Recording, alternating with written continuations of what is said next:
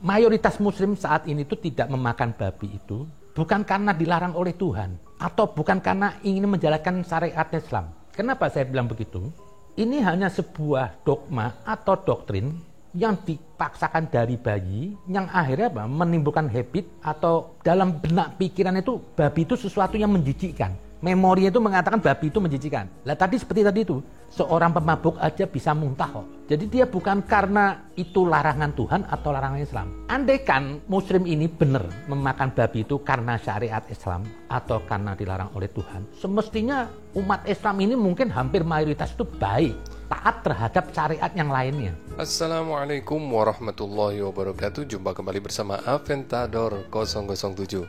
Sebelum saya lanjutkan, yang belum subscribe silahkan subscribe. Dan apabila Anda rasa atau Anda nilai apa yang saya sampaikan ini bermanfaat, silahkan di-share. Jadi kali ini saya ingin merespon atau mereaction saudara Zen Kribo. Saya tidak bisa mengatakan dia Habib Zen Kribo atau Habib Kribo, karena bagi saya gelar Habib itu bukan suatu gelar sembarangan. Saya tahu persis itu soal itu. Makanya saya tidak bisa mengatakan Zen ini adalah termasuk orang yang berhak mendapatkan gelar Habib. Tadi dia membuat suatu hipotesa bahwa mayoritas muslim ini tidak makan babi bukan atas dasar keimanan. Nah, ini hipotesa dari mana? Apakah pakai metode ilmiah ataukah hanya sangkaan-sangkaan? Kalau sangkaan-sangkaan nggak bisa dijadikan rujukan kebenaran, nggak bisa membuat suatu kesimpulan yang tidak berdasarkan ilmiah. Metode yang dipakai apa? Ambil sampelnya cuma satu orang temannya yang mabuk itu, dan temannya yang mabuk itu masih baik. Dia melakukan perbuatan dosa, minum khamr, dia tidak mau nambah lagi dosanya dengan makan babi sekalian. Makanya dia muntahkan itu babinya. Harusnya orang seperti ini diapresiasi, walaupun dalam keadaan mabuk pun dia masih bisa menghindari makan yang haram lagi. Kenapa kok mindsetnya tidak ke sana? Kenapa kok mindsetnya justru sebaliknya? Mindsetnya aneh. Jadi menganggap atas dasar temannya yang seperti itu, lalu dia membuat suatu hipotesa, conclusion, bahwa mayoritas masyarakat muslim ini tidak makan babi bukan atas dasar keimanan, bukan atas dasar karena dilarang oleh Allah. Ini bagaimana ini? Dan saya rasa Zen perlu hati-hati dalam membuat statement-statement. Karena kita ini di dunia medsos ini, kita tidak tahu netizen kita ini seperti apa. Karena semua orang bisa nonton. Kalau sampai ada di antara orang-orang itu, naudzubillah min dzalik, muslim, dia sampai mempercayai omongan Anda yang salah tadi, lantaran Anda memakai gelar Habib, dan ternyata omongan Anda menyesatkan, kalau akan ditanyai loh tanggung jawab Anda atas statement Anda. Mending kalau statement Anda membuat orang menjadi mu'alaf. Nah, kalau statement Anda membuat orang menjadi murtad, gimana? Perlu Anda pikirkan baik-baik. Termasuk saya juga perlu memikirkan hal itu. Jangan sampai statement-statement saya di YouTube membuat orang menjadi jijik dengan agamanya sendiri, menjadi jijik dengan Islam, menjadi menganggap agamanya itu agama primitif, menjadikan dia menganggap saudara-saudaranya seiman ini mayoritas orang-orang yang memiliki keterbelakangan pendidikan, sehingga orang itu jadi gerah keluar aja dari Islam karena merasa dia di Islam kumpul dengan orang-orang primitif. Tapi faktanya hampir banyak muslim itu yang punya kesempatan untuk korupsi, dia korupsi, nambah lagi, nggak bosan-bosan, terus menumpuk hartanya. Ini suatu hal yang manusiawi, nggak mesti muslim. Korupsi itu nggak kenal agama, nggak ada. Oh ini muslim korupsi terus agama, enggak. Anda pikir orang Jepang itu mereka nggak beragama Islam tapi mereka jujur-jujur semua loh. Wah di sana nggak, korupsinya angkanya kecil. Atau di negara-negara barat orangnya nggak mau korupsi. Siapa bilang? Tahu dari mana Anda? Karena di sana law and order-nya itu sudah ketat sekali, ditunjang dengan sistem keamanan CCTV dan lain sebagainya, dan sistem audit yang ketat, sehingga membuat orang menjadi takut untuk korupsi. Coba CCTV copot semua ayo. Jepang nggak usah CCTV, Amerika nggak perlu CCTV, nggak perlu ada audit badan intelijen yang berkaitan dengan ini, apa itu namanya DEA atau FBI atau CIA atau apa aja badan intelijen Amerika yang berkaitan dengan hal ini, bubar semua. Kira-kira Amerika bagaimana? Mereka akan lebih dahsyat lagi korupsinya. Kenapa? Karena mereka orang-orang pendidikan rata-rata, strata pendidikannya tinggi-tinggi. Nanti kalau ada orang korupsi ketangkep, agamanya Islam, terus seolah-olah orang-orang Muslim ini begini, orang Muslim disuruh tanggung jawab semuanya. Banyak orang-orang Tionghoa juga, mau Anda katakan orang Tionghoa itu koruptor semuanya? Enggak toh. Ya cuma itu aja oknum-oknumnya. Ini yang saya nggak habis pikir, kenapa dengan orang-orang semacam Zen Kribo, Ade Armando, Denny Siregar, Abu Janda, ya orang-orang semisal inilah. Dikit-dikit ada berita tentang seolah-olah mendapat kesempatan, euforia, ini ada bahan ini untuk ngecek-ngecek orang-orang Muslim. Yang Anda lakukan tuh ngecek-ngecek orang Muslim. Anda berbicara seolah-olah Anda memberikan edukasi, Islam itu nggak seperti itu, Islam ini begini. Tapi pada dasarnya Anda sedang mengolok-olok. Kalau seorang ulama yang benar, dia bukan hanya ngomong, tapi dia mempraktekkan, dia mengajarkan orang untuk jujur. Tapi bukan dia aja yang ngomong jujur, tapi dia juga berpraktek jujur. Nah, apa sekarang yang kita bisa lihat dari Zen apa, kecuali Kribo aja. Alumni mana kita nggak tahu, karya-karya ilmiahnya apa kita juga nggak tahu, guru-gurunya dia siapa nggak tahu. Kalau Guru Siap kita tahu, lulusan mana, karya ilmiahnya apa. Nah, kalau Zen apa yang kita ketahui dari Zen kecuali rambut Kribo? Sisi ilmiahnya kita belum tahu. Ada lagi pelanggaran yang lain, membicarakan aib orang, dosa personal orang, seperti orang minum, orang zina, itu sekarang seperti informasi yang indah. Jadi santapan seorang Muslim saling memberikan kabar, si fulan tadi mabuk, si fulan tadi zina. Ini aib, memberitakan keburukan pribadi orang. Itu dalam Al-Quran itu, kalau saya membaca Al-Quran itu saya takut. Karena nggak ada ancaman yang paling besar itu menggunjing, menjelekkan kelemahan pribadi orang. Bukan kezaliman loh. Kalau misalkan... Ya itu sih bukan Muslim aja, non Muslim pun banyak yang begitu. Kenapa kok seolah-olah ini Muslim ini semuanya kayak begitu? Anda terlalu mengeneralisir. Di sini Anda bukan hanya mengolok-olok Muslim, tetapi Anda memamerkan ke orang-orang non Muslim, mempotret saudara-saudara seiman Anda dengan potret yang jelek, lalu Anda tampilkan, Anda tunjukkan ke orang-orang non Muslim. Nggak benar ini. Saya ini tukang tipu, atau saya ini merusak NKRI, itu harus dikabarkan. Kenapa? Jangan sampai nanti orang lain akan kena korban dari saya. Itu boleh kita kabarkan. Tapi kalau tadi seperti dosa-dosa personal itu, seperti ya dosa pribadi lah. Mungkin ada orang minum, memberitakan orang minum, menggunjing orang zina atau apa, menjelekkan pribadi orang, itu dalam Al-Quran dibilang apa? Bagaikan makan bangkai saudaranya sendiri.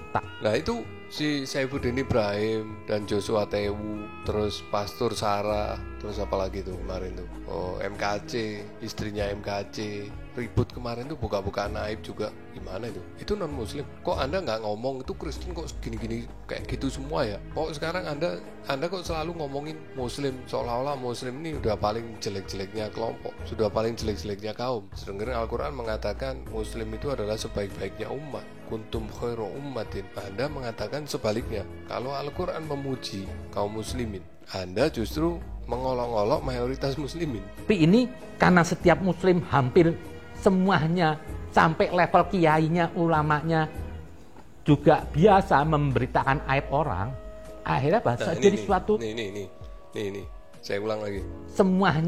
Hampir semuanya, sampai semua level kiainya, ulamanya, level kiai ulama, hampir semuanya juga biasa memberitakan aib orang. Dan memberitakan aib orang. Jadi Muslim, termasuk kiainya, termasuk ulamanya, hampir semuanya, ya mayoritas biasa memberitakan aib orang. Ini hipotesa, ini dasarnya apa? Ini namanya Anda ini mengolok-olok masyarakat Muslim. Saya khawatir Anda menjadi zindik. Yang saya khawatirkan itu, dengan Anda melakukan ini kontinuitas, sadar atau tidak sadar, Anda menjadi zindik, menunjukkan diri seolah-olah beriman, tapi menutupi kekafiran dalam dirinya. Dia nggak ada pun rasa bangga menjadi Muslim. Dia seolah-olah tersiksa jadi Muslim. Ya kalau dia mengatakan seperti ini, hampir semuanya. Karena setiap Muslim hampir semuanya, sampai level kiainya, ulamanya juga biasa memberitakan aib orang, akhirnya jadi suatu yang biasa. Padahal itu nggak biasa dalam Islam. Nah, sedangkan Anda sendiri gimana ini sekarang? Ini nggak menggunjing. Apa yang Anda lakukan saat ini, apa bukan menggunjing? Anda menggunjing bukan 1-2 orang, Anda menggunjing seluruh kaum muslimin. Hampir semuanya Anda katakan, hampir semuanya Anda jelek-jelekin. Belum ada satu konten Anda pun yang memuji kaum muslimin. Bagaimana ini? Anda mengatakan menggunjing itu dosa besar, seperti makan bangkai saudara sendiri, menggunjing satu orang. Nah, bayangin kalau menggunjing ratusan juta orang seperti Anda sekarang ini, makan bangkai berapa orang? Ya Zen, Anda kelewatan ini. Sampai dibilang kata Nabi itu, dosa menggunjing itu lebih berat dari zina dan homer. Nah, bagaimana itu? Anda sendiri bagaimana? Anda sekarang sedang menggunjing. Lebih berat bahkan dari teman Anda yang tadi mabuk, yang nggak mau makan babi itu. Minum mabukan. Kenapa? Karena kalau dosa zina atau homer itu dosa personal, tidak ada yang dirugikan. Karena yang dirugikan saya sendiri. Itu dosa terhadap Tuhan itu nggak usah minta maaf, pasti Allah memaafkan. Iya, bukan nggak usah minta maaf, harus minta maaf, harus tobat sama Allah. Ente pikir kalau ente berbuat dosa, minum homer atau apapun berbuat maksiat, kalau ente meninggal dalam keadaan belum taubat, apakah Allah sudah memaafkan? Ya enggak, harus tobat. Tobat itu syarat. Kalau Anda berbuat dosa kepada sesama manusia, Anda harus minta maaf dulu. Kalau Anda dimaafkan, baru Allah akan memaafkan. Tapi kalau Anda dosa personal kepada Allah, ya Anda juga dituntut untuk mohon ampun kepada Allah, taubat. Itu di semua agama juga begitu. Agama Kristen juga begitu, agama Buddha juga begitu, Hindu ya begitu. Sama, harus mohon ampun, harus taubat. Bukan setelah melakukan semua perbuatan maksiat lalu diem gitu aja, mati terus sudah dalam keadaan diampuni dan masuk surga. Nah, terus untuk apa neraka dibuat? Misal saya urusan dosa, ghibah dan semuanya, kayaknya kita nggak perlu lanjutkan lagi karena dia sendiri juga melakukan. Jadi dia sebetulnya dia menceramai dirinya sendiri. Yang tadi itu merasa kalau sudah sholat, sudah tidak makan babi itu gue suci. Siapa yang punya pikiran seperti itu? Siapa? Sudah sholat nggak makan babi terus merasa suci itu siapa? Saya belum pernah ketemu teman saya muslim yang punya rasa seperti itu, tapi belum ada satupun dari teman-teman saya yang merasa karena sudah sholat dan tidak makan babi merasa sudah suci. Ini statement basisnya apa? Basis statement Anda itu apa? Basis hipotesa Anda itu apa? Metode ilmiah yang Anda lakukan itu apa? Kok bisa membuat konklusi seperti itu? Ini saya pertanyakan nih. Belum Anda Islam itu, kalau beragama itu Anda masih main di pinggir pantai ecek-ecek air, belum menyelam ke lautnya. Kalau Anda nyelam ke lautnya apa? Anda punya pri kemanusiaan, Anda penuh kasih sayang. Nah, sekarang Anda punya pri kemanusiaan dan kasih sayang nggak? Dengan statement-statement Anda yang sudah sekian menit itu, apakah Anda punya pri kemanusiaan, punya kasih sayang terhadap saudara-saudara Anda seiman? Nggak ada. Dari tadi Anda cuma meledek-ledek, menjelek-jelekan, menghibah, yang kata Anda berdasarkan surat yang Anda kutip tadi itu dosanya seperti makan bangkai. Lah Anda sendiri melakukan. Andai kan ada orang salah, bukan Anda caci maki. Andai kan orang andai kan ada orang salah, bukan Anda caci maki. Anda dari tadi caci maki muslimin. Dari tadi Anda mencaci maki muslim atas karena sholat, nggak makan babi tapi korupsi, nggak makan babi tapi minum homer, sudah sholat nggak makan babi merasa sok suci. Apa itu? Omongan apa itu? Non muslim bikin rendang babi nggak perlu dikriminalisasi, nggak perlu diancam apapun. Loh, gini Zen, itu bukan masalah buat rendang dari daging babi terus dikriminalisasi, bukan itu masalahnya. Anda salah, Anda misinformasi Anda. Orang itu membuat dengan kata-kata masakan Padang, ada simbolnya Padang yang rumah apa itu, terus dinamai babi ambo. Babi ambo tahu artinya? Saya babi, itu artinya ya orang Padang protes, orang Minang yang protes. Anda generalisir seolah-olah semua kaum muslimin seolah-olah turun-turun ke jalan ngurusi rendang. Nggak ada. Itu orang Minang merasa tersinggung. Kalau Anda mau buat rendang dari daging babi, ya buat aja. Kayak gitu. Nggak bijak. Sementara orang tahu nih, muslim dari mana-mana, kalau mereka misalnya berlibur ke daerah-daerah yang mayoritas non-muslim, mereka kalau mau cari makanan halal, ya cari makanan Padang, cari masakan Padang. Nah sekarang kalau ada orang buat masakan Padang dengan simbol seperti itu dijual, ada tulisannya babi ambo, itu kan mereka jadi orang Padangnya yang pengusaha restorannya resah karena dia merasa nanti orang jadi kehilangan trust terhadap masakan Padang yang selama ini dikenal 100% halal. Itu loh, Anda ini harus bisa memahami suasana kebatinan mereka. Jangan Anda maunya mendikte, pokoknya prototipe otak yang waras yang benar itu cuma Anda aja. Jangan merasa begitu. Anda bukan simbol kebenaran, dan Anda bukan kebenaran yang berjalan di muka bumi. Sadarlah. Tidak perlu dikriminalisasi, tidak perlu diteror, tidak perlu apa. Ini kan semua suara-suara mayoritas. Ya dikriminalisasi, enggak. Diteror, enggak. Siapa yang meneror, siapa yang mengkriminalisasi. Kalau ada komentar netizen itu itu komentar netizen. Orangnya di mana Anda juga nggak tahu. Kok Anda jadi acuan? Tampilin dong fotonya siapa. Mungkin tokoh masyarakat Minang kek, atau siapa kek. Kita saja merasa negeri ini mayoritas muslim. Anda berani. Besok coba kalau yang suka keluar-keluar tuh MI semua, Fadlizon semua, besok ke Amerika, kalau ada orang bikin rendang babi, coba Anda tuntut. Loh ya beda. Anda bicara Amerika, bicara Indonesia beda. Rendang boleh jadi rendang di Amerika, di Belanda, di Cina, di Perancis pakai daging babi. Kenapa? Apa salahnya? Nggak ada salahnya. Wong di sana mayoritas non-muslim. Menguntungkan untuk mereka karena tempat mereka jualan mayoritas non-muslim. Tetapi kalau di Indonesia, di daerah yang kantong-kantongnya kaum muslimin, Anda jualan masakan dengan daging babi, Anda keliru. Pangsa pasar Anda mayoritas nggak makan babi. Kok Anda jualan yang babi? Kalau Anda mau restoran Anda jadi besar, rame, ya jualan makanan yang dimakan oleh umumnya masyarakat di sana. Pinter dikit dong, Zen. Dipulangkan Anda ke Indonesia. Lah inilah iman-iman mayoritas suka menindas. Analogika Anda keliru. Nggak ada orang muslim suka menindas. Atas nama agama. Agama tidak ada lagi rahmat. Agama tidak ada lagi apa? Rahmatan lil alamin. Ya, agama tidak menjadi rahmatan lil alamin. Bagaimana? Anda sekarang menjudge agamanya. Tahu nggak konsekuensi dari yang Anda katakan ini? Anda menjudge Islam ini tidak lagi menjadi rahmatan lil alamin. Wow, itu statement yang berat. Nggak mungkin orang-orang yang bukan zindik berani mengatakan seperti itu. Saya tidak mengatakan Anda zindik, tapi kebanyakan orang zindik mengatakan begitu. Bahaya loh Zen, tobatlah. Ya kita apa? Mau mencari kesalahan orang. Kesalahan perkataan tidak ada masalah. Mau saya ketawa aja kemarin umat Islam ribut babi. Bagi saya itu cuma sebatas imannya apa? Sampai di babi aja. Begitupun juga MI mungkin. Imannya cuma sebatas di babi. Anggota DPR siapa tuh dari Sumatera. Imannya cuma sebatas di babi. Wow. Nah, Islam Anda itu sebatas iman Anda sebatas apa Zen?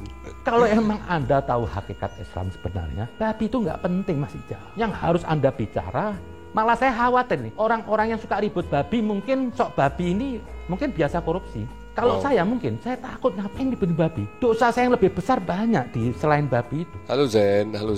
Yang ribut kemarin tuh orang-orang Padang dan orang-orang Minang. Saya nggak ikut ribut. Kita di Malang sini, orang Muslim di sini nggak ribut. Muslim di Jogja nggak ribut. Muslim di Surabaya nggak ribut, Muslim di Kalimantan nggak ribut, Muslim di mana-mana nggak ribut. Yang ribut kemarin itu cuma orang Padang. Yang resah siapa? Yang resah ya orang Padang sama orang Minang. Kok Anda bikin seolah-olah saya juga resah? Saya nggak resah kok. Mau dia buat rendang dari daging cacing pun saya nggak ngurus. Bagi orang Padang itu urusan, bagi saya nggak urusan. Ya saya cukup nggak beli. Tapi orang Padang merasa resah. Kenapa? Karena usaha mereka itu mayoritas rata-rata buka restoran Padang. Kalau ada restoran Padang jualan yang nggak halal, ya mereka resah, wajar. Mungkin saya pernah ngomongin orang. Jadi saya hanya mengambil kesimpulan bahwasanya apa? Untuk jadi Muslim tuh puncak imannya nggak makan babi itu salah. Kalau siapa yang mengatakan untuk menjadi Muslim puncak imannya nggak makan babi? Siapa yang bilang nggak? Nggak ada yang ngomong gitu. Tetapi untuk menjadi Muslim yang baik, dia makan babi nggak bisa. Jadi kalau mau jadi Muslim yang baik, salah satu syaratnya tidak memakan, tidak mengkonsumsi apa-apa yang diharamkan oleh Allah. Salah satunya ya babi itu. Ini analogi Anda ini nggak benar loh, Zen. Ada dua pilihan misalkan. Saya tidak bisa memilih yang lain. Ada orang makan babi, tapi jiwanya penuh kasih, jiwanya suka menolong orang. Satu lagi, ada orang yang ahli ibadah, taat ibadah, tapi jiwanya bengis. Nah, kenapa kok pilihannya cuma dua? Kenapa kok nggak ada pilihan ahli ibadah dan jiwanya baik, jiwanya lembut terhadap sesama, suka membantu sesama? Kok pilihannya cuma dua? Satu makan babi tapi punya jiwa yang baik, dan satunya orang taat beragama tapi jiwanya bengis. Anda yang meng-create sendiri analogika gendeng ini. Analogika gendeng ini Anda sendiri yang buat. Jiwa yang nggak pernah ngasih, dia yang lebih dekat kepada Tuhan yang tadi. Orang yang makan babi tapi jiwanya kasih. Ada perkataan seorang pendosa, ketawanya seorang berdosa, sadar dirinya berdosa, tapi dia suka nolong orang, masih lebih baik di sisi Tuhan daripada seorang ahli ibadah tapi kikir. Kebaikan itu bisa didapat dari hubungan sesama manusia. Itu maksudnya bukan begitu, Zen. Maksudnya bukan begitu. Maksudnya kita jangan suudon kepada semua makhluk Allah. Walaupun dia itu ahli maksiat, walaupun dia seorang ahli maksiat, kita tidak boleh suudon. Dan kita tidak boleh mengatakan, oh ini orang ahli maksiat pasti nanti di neraka. Nggak boleh. Itu maksudnya itu begitu. Karena kita nggak tahu nanti kedepannya dia seperti apa. Dan boleh jadi kalau dia ibadah menghadap kepada Allah, dia merasa dirinya paling rendah di hadapan Allah. Sehingga apa munajat dia, doa-doanya dia lebih cepat terkabul. Itu maksudnya. Bukan dimaksudkan lebih baik jadi pendosa tapi baik sama orang. Itu bukan begitu berpikirnya. Bukan berpikir lebih baik jadi pendosa tapi berbuat baik kepada sesama. Maksudnya di situ kita jangan meledek, jangan menghina orang siapapun meskipun ahli maksiat. Kita tidak boleh meledek, menghina, meneraka-nerakakan orang, nggak boleh. Walaupun secara kasat mata kita lihat dia seorang ahli maksiat. Maksudnya itu begitu. Makanya saya nggak tahu ini belajar dari mana di sini. Itu yang dibilang amal. Amal itu apa? Sesuatu yang bisa memberi manfaat kepada manusia. Jadi kalau saya ini seorang dokter, bisa menyembuhkan penyakit orang yang tadi bakal mati, ini saya menyelamatkan nyawa orang. Inilah ibadah yang tertinggi. Inilah puncak keimanan. Enggak Kenapa? Juga. Ya, dia telah berbuat baik. Dia telah berbuat mulia menyelamatkan nyawa orang. Tapi itu bukan puncak-puncaknya. Ada banyak lagi amalan-amalan lain selain itu yang baik-baik juga, yang puncak-puncak juga. Anda bisa meraih ridhonya Allah itu di saat Anda bisa dapatkan apa? Kemanfaatan Anda terhadap manusia. Maaf, waktu saya pernah di TV saya bilang, kalau mau diukur secara amal, sholat, dan kedokteran, bisa kedokteran nilainya lebih tinggi. Oh gimana kok itu? Sholat itu kewajiban. Sholat itu imaduddin. Dokter kalau nggak sholat ya tetap dosa bos. Jadi jangan dibandingkan sholat dengan dokter. Nggak bisa. Karena dokternya wajib sholat. Dokter kalau muslim wajib sholat. Mau dibandingkan ini dokter, ini sholat. Mana yang lebih baik? Loh, dokter itu nggak bisa jadi baik kalau nggak sholat. Waduh, gimana Zen? Sholat dokter. Kenapa? Sholat sebagai sholat secara pribadi itu manfaatnya cuma buat saya. Dia bukan sejenis amal sholat itu. Tuhan tidak mendapatkan manfaat Anda dari sholat. Orang lain tidak, hanya saya. Lah, ini bukan Tuhan itu tidak mendapatkan manfaat, bukan hanya dari sholat. Dari semuanya, tidak ada apapun yang dilakukan oleh makhluk ini yang bermanfaat untuk Allah. Walaupun itu dokter, walaupun itu siapapun yang Anda puji-puji, tidak bisa memberikan kemanfaatan kepada Allah. Allah nggak butuh manfaat dari makhluk. Makhluk yang butuh manfaat dari Allah. Sholat. Yang dikatakan amal itu apa? Sesuatu yang bisa memberi manfaat kepada orang lain. Bisa dengan apa? Harta, bisa dengan tenaga, dan bisa dengan ilmu. Lah, jadi apa? Kesolehan Anda, kesolehan ritual Anda itu bisa menjadi berarti apabila terwujud dalam kesolehan sosial. Jadi kalau sholat tanpa amal itu sia-sia.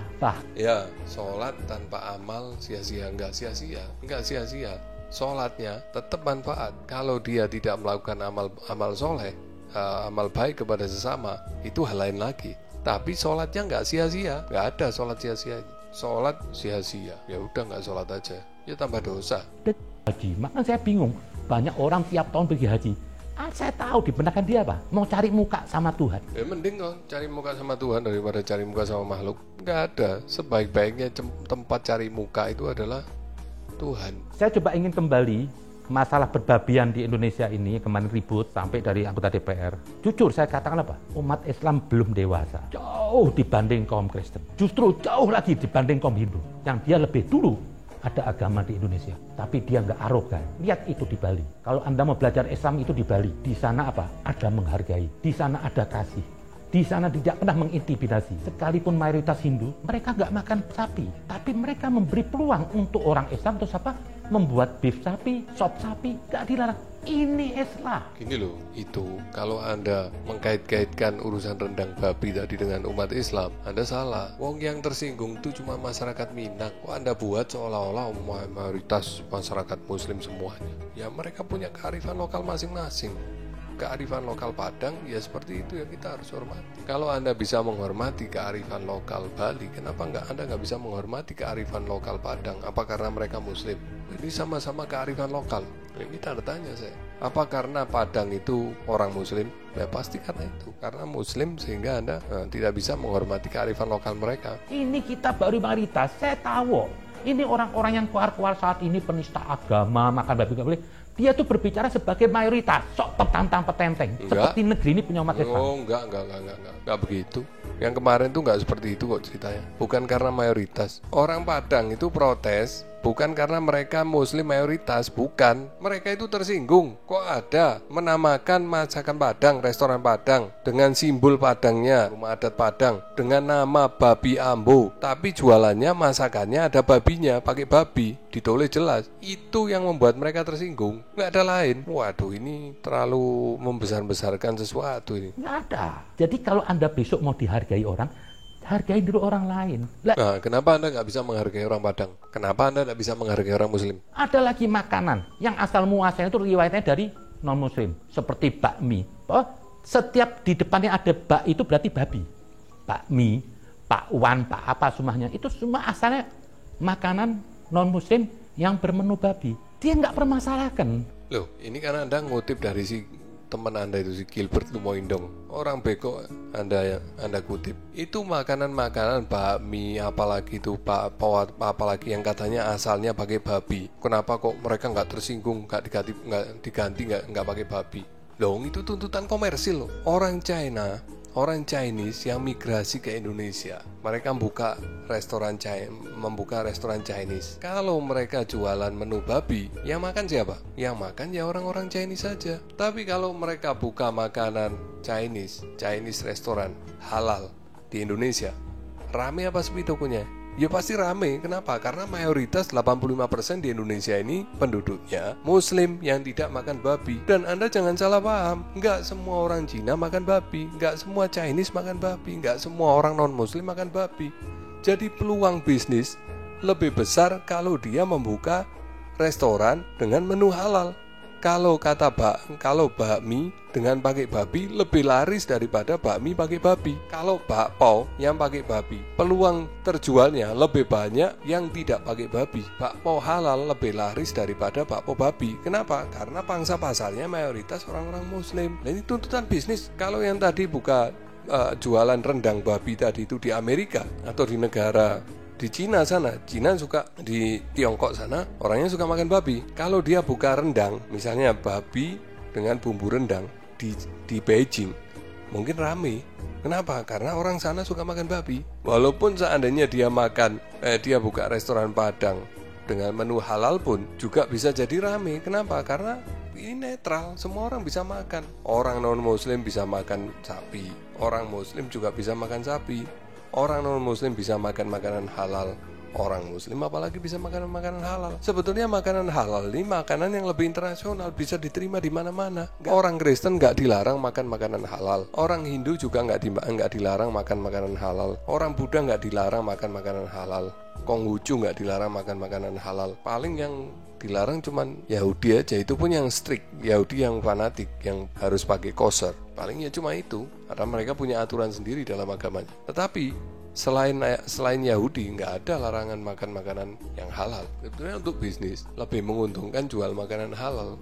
Kalau saya sebagai pemilik nasi Padang atau rendang itu, saya biarkan orang lain buat dengan babi, ngasih keuntungan, biarin aja. Kan yang makan juga bukan Muslim, begitulah. Jadi gunakan itu kalau beragama itu, jangan pakai akal yang pendek, yang panjang. Wah, saya khawatirnya orang Padang nanti setelah ini memprotes Anda, seolah-olah orang Padang ini akalnya pendek. Kalau akal yang pendek ini seperti Wahabi, sana kemari bid'ah kafir. Beragama membuat orang jadi goblok. Yang harusnya orang ini hidup makin ke depan, makin wawasannya makin luas, makin toleransi. Ini enggak. Islam sekarang ini yang saat ini digerbongin oleh orang-orang ini yang saya lihat Anwar Abbas ingin membawa Islam ke masa lalu. Islam jadi komunitas primitif dan ditabur gendong dari Gubernur Sumatera Barat.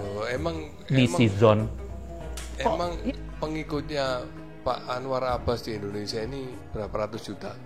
Seolah-olah Anwar Abbas, Fadlizon ini sudah mewakili mayoritas umat Islam. Kenapa kok Anda buat frustrasi sendiri? Ini nalar dong. Kalau yang bicara, yang Anda protes itu misalnya Habib Lutfi bin Yahya, jelas pengikutnya ada jutaan. Jelas. Apa yang Anda katakan make sense, masuk akal. Lah ini Anwar Abbas, saya nggak menghina Anwar Abbas. Cuman saya nggak tahu, saya belum mendapatkan info, atau saya coba cari info sebanyak apa pengikutnya dia, nggak ketemu. Ya dia cuman sekedar ngomong di media, berapa orang yang ngikutin, itu aja digede-gedein. Ribut orang Padang di Indonesia. Lah Anda ini hidup di Indonesia apa di Padang? Tuh, wajar mereka ribut dong, itu masakan mereka kok. Mereka tersinggung wajar. Lah kenapa kok Anda jadi marah-marah sama orang Padang? Saya khawatirnya nanti orang-orang Padang akan memprotes Anda. Saya khawatir seperti itu. aja. Oh, Indonesia suruh ngurusin kandang babi? Enggak, Indonesia nggak ngurusin Sumatera Barat aja. Di mana orang Padang minta Indonesia ngurusi rendang? Emang mereka nggak boleh protes? Dan protes mereka juga wajar-wajar. Mereka nggak mendatangi si pembuat menu itu lalu melempari rumahnya dengan batu atau bakar rumahnya atau mengarak orangnya keliling kampung ditelanjangi. Enggak, mereka protes. Dilindungi Undang-Undang Dasar. Setiap orang berhak mengungkapkan pendapat. Kok jadi terlarang ya menurut Anda? Malah Anda jadi mengolok-olok seolah-olah orang-orang itu yang protes itu idiot. Saya aneh dengan Sumatera Barat ini. Ya, aneh juga. Orang diajak baik nggak mau, dikasih presiden yang baik sama Jokowi nyeleneh. Anda juga nyeleneh, Anda juga nggak baik juga kok Anda. Tahu salah bumbu mungkin dulu makannya. Yang saya sedih itu kok dari daerah-daerah yang mengatakan dirinya mayoritas Muslim di situ keluar primitif. Nah ini di daerah-daerah yang melakukan yang mayoritas Muslim di situ primitif. Nah ini ya terus Anda yang bukan primitif, Muslim yang seperti Anda ini yang bukan primitif, yang hanya keribunya aja yang bisa dibanggakan, itu yang bukan primitif. Ya sorry Zen, nggak begitu juga Zen. Habib Quraisy apa aja yang jelas-jelas keilmuannya nggak seperti ente gini kok. Nggak gampang menghina-hina orang mengatakan primitif. Muslim di daerah-daerah ini rata-rata primitif. Enggak, atau mayoritas apa ya? Hampir seluruhnya umat Islam sampai ulama-ulamanya seperti yang ada statement tadi itu. Habib Quraisy yang seperti itu aja nggak pernah buat statement kayak gitu.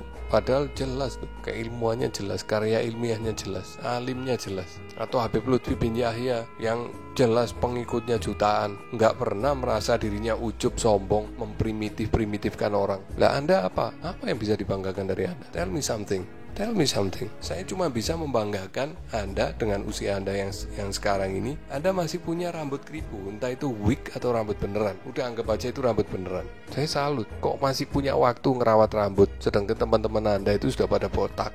Itu aja, saya cuma bisa bangga dari Anda dari sisi keribu, rambut keribu Anda aja. Selebihnya saya susah mencari hal yang bisa saya banggakan dari sosok Zen Asgaf. Zen, cobalah berpikir secara ilmiah. Jangan berpikir berdasarkan asumsi, hipotesa yang nggak jelas, ilmiahnya juga nggak ada. Kasihani diri Anda sendiri. Saya khawatir kalau Anda terus-terusan ngomong-ngomong seperti ini, ya ibarat kata pepatah, sepandai-pandai tupai melompat, pasti satu saat akan jatuh juga. Saya khawatir Anda terpleset lidah menyinggung orang banyak. Saya khawatir. Oke, mungkin saya cukupkan sampai di sini dulu reaksi saya atas konten Zen Kribo ini. Mudah-mudahan bermanfaat. Wabillahi taufiq walhidayah. Wal afu minkum. Wassalamualaikum warahmatullahi wabarakatuh.